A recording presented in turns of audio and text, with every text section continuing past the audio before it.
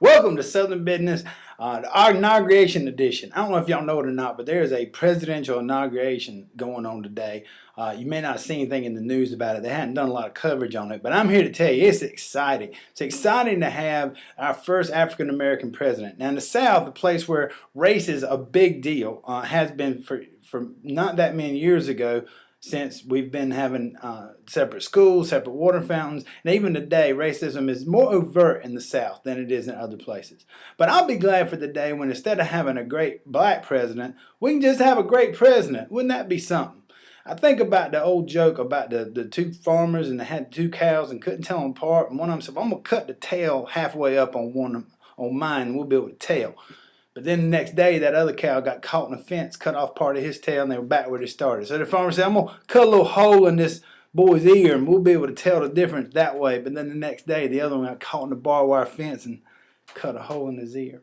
So this farmer said, well, let's measure him. That's what we'll do. So they measured him, and I want y'all to know that the black cow was 3 inches taller than the white cow.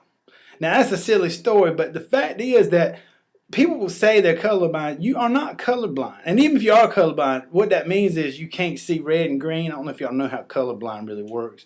We all do see color. And many of us are more racist or given to more racist because of our background and our culture.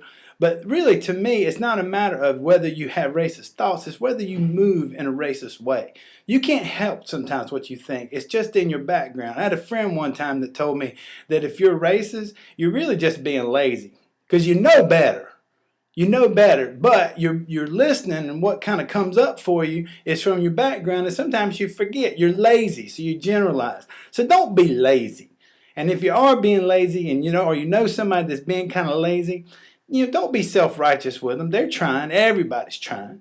So let's all try to get along, as it's been said before, and I'm looking forward to the new presidency, and I want to tell y'all, come on back next week. I've been working on a nickname. A couple of people have been giving me names. One of them was Honeydew. I don't know what you think about that. Or Porterhouse. So I'm going to start using them today. I'm signing off. This is Gary Honeydew Davis. Tell your mom and them I said, hey.